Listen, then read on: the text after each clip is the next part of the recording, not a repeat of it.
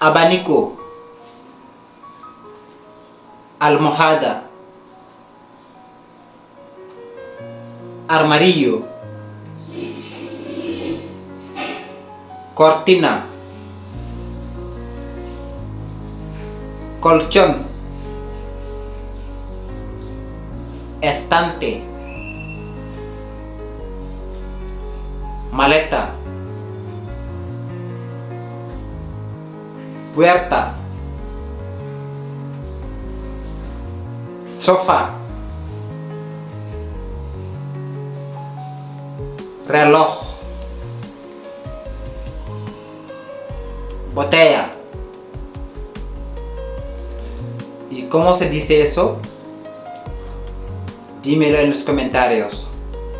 Abonne-toi, like et partage la vidéo. Merci beaucoup.